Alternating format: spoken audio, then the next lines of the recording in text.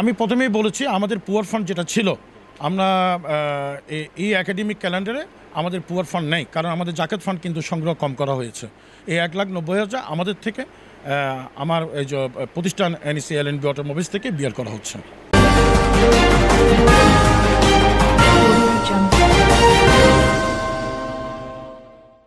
চট্টগ্রাম মা, শিশু ও জেনারেল হাসপাতাল মানবতা ও মানব সেবার এক উজ্জ্বল দৃষ্টান্ত স্থাপন করেছে। অসহায় দরিদ্র মোখলিসুর রহমান নামের এক রোগীর চিকিৎসায় হাসপাতাল কর্তৃপক্ষ দিয়েছে সর্বোচ্চ সহযোগিতা, যা এলাকাবাসীর মধ্যে ব্যাপক প্রশংসিত হয়েছে। মস্তিষ্কে রক্তক্ষরণজনিত সমস্যায় আক্রান্ত হয়ে মোখলিসুর রহমানকে প্রথমে চট্টগ্রাম মেডিকেল কলেজ হাসপাতালে ভর্তি করা হয়। তবে সেখানে তার শারীরিক অবস্থার উন্নতি না হওয়ায় হাসপাতাল পরিচালনা পর্ষদের ভাইস চেয়ারম্যান জাবেদ আফসার চৌধুরীর সহযোগিতায় তাকে চট্টগ্রাম মা, শিশু ও জেনারেল হাসপাতালে ভর্তি করা হয়। ভর্তি হওয়ার পরপরই বিশেষজ্ঞ চিকিৎসকদের তত্ত্বাবধানে তাকে উন্নত চিকিৎসা প্রদান করা হয়। চিকিৎসার মোট ব্যয় দাঁড়ায় প্রায় 1,90,000 টাকা। তবে মোখলেসুর দারিদ্র্যের কথা বিবেচনা করে হাসপাতাল কর্তৃপক্ষ সম্পূর্ণ ব্যয় নিজস্ব তহবিল থেকে বহন করে। শুধু তাই নয়, রোগীর জন্য প্রয়োজনীয় ওষুধের জন্য হাসপাতাল আরও প্রায় 1,10,000 টাকা প্রদান করে। অর্থাৎ চিকিৎসা ও ঔষধ মিলিয়ে প্রায় 3 লাখ টাকার সমপরিমাণ সহযোগিতা প্রদান করে প্রতিষ্ঠানটি। শুধু চিকিৎসায় নয়, রোগীর অসহায় পরিবারের থাকার জায়গা ও খাবারের ব্যবস্থাও করে হাসপাতাল কর্তৃপক্ষ। ফলে চিকিৎসার পাশাপাশি পরিবারও নিরাপদে থাকতে সক্ষম হয়। এ প্রসঙ্গে হাসপাতাল পরিচালনা পর্ষদের ভাইস চেয়ারম্যান জাবেদ আফসার চৌধুরী বলেন, আমরা প্রত্যেকেই যদি একজন অসহায় মানুষের দায়িত্ব নেই, তাহলে দেশে আর কোনো মানুষ অভাবে কষ্ট পাবে না। সবাই সুন্দরভাবে জীবনযাপন করতে পারবে।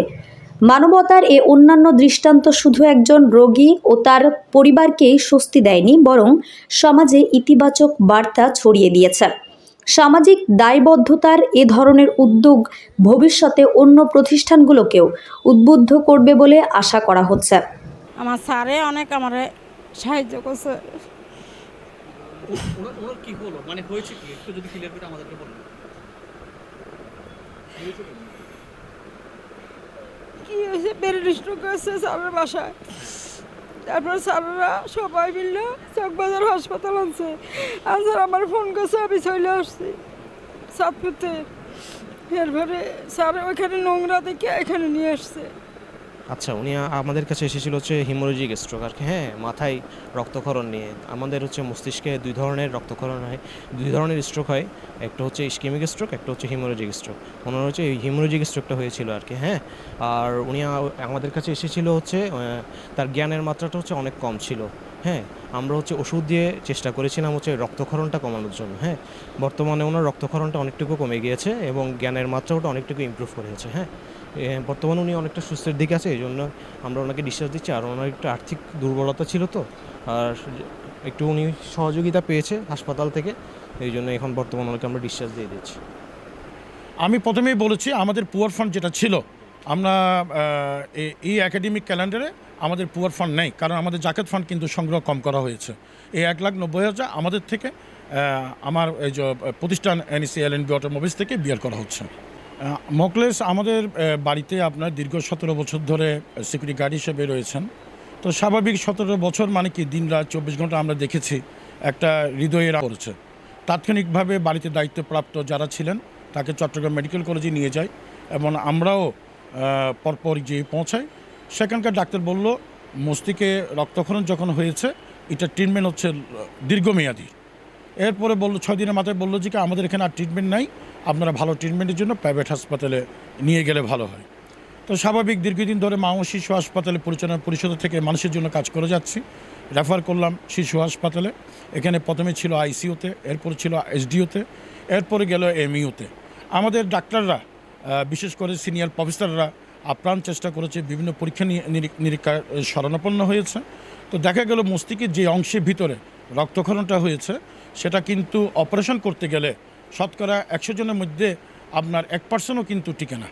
তো স্বাভাবিক ওই পর্যায়ে আমাদের না যাওয়ার জন্য মখলেসের ওয়াইফের সাথে কথাবার্তা বলি, বলে যে স্যার যতটুকু ট্রিটমেন্ট আজকে 35 দিন ধরে হয়েছে এটার জন্য আমরা সন্তুষ্ট।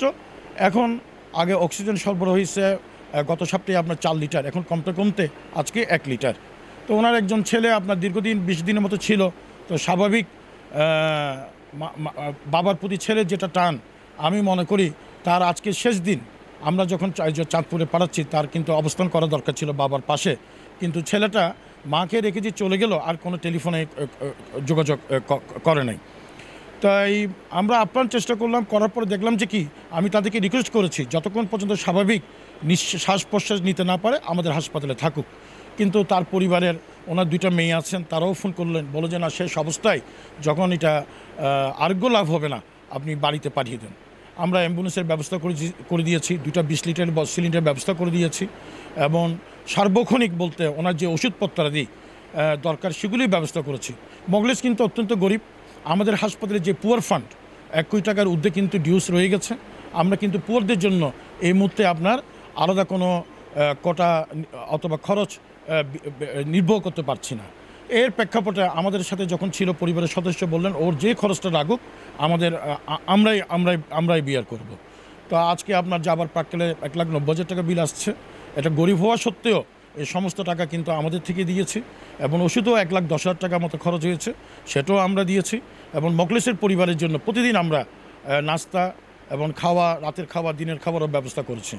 তা আমি মনে করি আমাদের চলার পথে সবাই হাতের 5 আঙ্গুল যেমন সমান না, আমাদের আর্থিক শ্রেণী বিন্যাসও কিন্তু সমান নয়। কোনো আত্মীয়স্বজনকে দেখা যায় অনেক ধনী, আবার অনেককে দেখা যায় আপনার নিতান্ত আপনার গরিব। আমরা মানবিকতার কাজ করতে গিয়ে আমরা যারা মানবিক সমাজে রয়েছি এবং একে অপরের সংস্পর্শে থাকতে গিয়ে আমি মনে করব আত্মীয়স্বজনের মধ্যে যারা গরিব রয়েছে এবং আশেপাশে যারা অসহায়, যাদের কথাগুলো আমরা জানি, তাদের ব্যাপারে সবাই যদি এগিয়ে আসে, আপনার ফান্ড কোনো সমস্যা না। একজন ব্যক্তি একজনের দায়িত্ব যদি নিতে পারে, যদি সরকারি তহবিল থেকে চিকিৎসা খরচ করা না যায়, যদি অন্য তহবিল থেকে যদি জোগাড় করা না যায়, একটা রোগীকে কিন্তু